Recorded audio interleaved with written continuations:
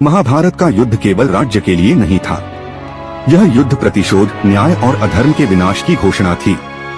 द्रौपदी की उस रात की बातें, श्री कृष्ण के शब्द और पांडवों की प्रतिज्ञा, सब कुछ इस महायुद्ध की पूर्व भूमिका थी। क्या आप भी उस क्षण को महसूस कर सकते हैं जब द्रौपदी ने अपने केश खोलकर प्रतिशोध की ज्वाला जला दी थी? कुरुक्षेत्र का विशाल मैदान, जहां भविष्य में इतिहास का सबसे महान युद्ध लड़ा जाने वाला था, अब भी मौन था। पक्षी भी जैसे सहमे हुए थे, पेड़ पौधे भी मानो भय से कांप रहे थे। एक ओर पांडव अपनी सेना संग तैयार थे, तो दूसरी ओर कौरवों की अपार शक्ति खड़ी थी। लेकिन क्या यह युद्ध टाला नहीं जा सकता था? क्या किसी ने इसे रोकने की कोशिश नहीं की थी? हस्तिनापुर के राजमहल में एक गंभीर सभा बुलाई गई थी। भीष्म, द्रोणाचार्य, कृपाचार्य, विदुर, धृतराष्ट्र और स्वयं कर्ण व शकुनी भी वहां उपस्थित थे। दूसरी ओर श्री कृष्ण दूत बनकर पांडवों का संदेश लेकर आए थे। श्री कृष्ण बोले, धृतराष्ट्र, यह युद्ध संपूर्ण आर्यावर्त को नष्ट कर देगा।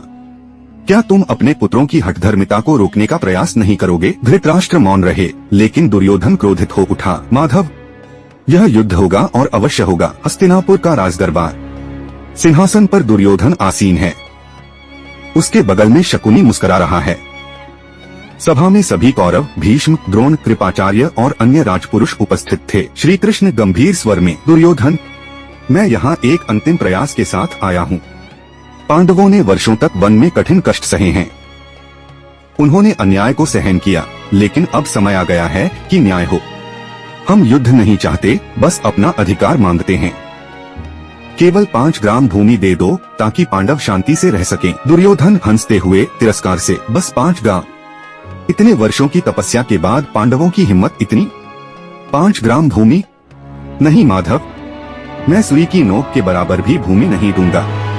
युद्ध ही होगा। वह सिंहासन से उठता है, सभा में गर्व से देखता है और फिर अचानक गरज उठता है, सैनिकों, इस ग्वाले को बांध लो। सभा में सन्नाटा छा जाता है। सभी आश्चर्य से देखते हैं। भीष्म की आंखों में चिंता है, विदुर का हृदय भारी हो जाता है, लेकिन दुर्योधन अपनी हठधर्मिता पर अडिग है। श्री कृष्ण के चेहरे पर अब गंभीरता बढ़ जाती है।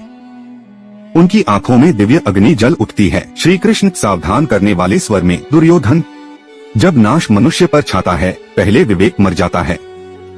तुम्हारा अहंकार तुम्हें विनाश की ओर ले जा रहा है। मैं यहाँ अंतिम बार समझाने आया हूँ, लेकिन यदि तुम फिर भी अपनी हठ पर अड़े रहोगे, तो तुम्हें उस अंजाम के लिए तैयार रहना होगा जो विधि ने तुम्हारे लिए लिखा है। शकुनी आगे बढ़ता है, उसकी आंखों में कपट की चमक है।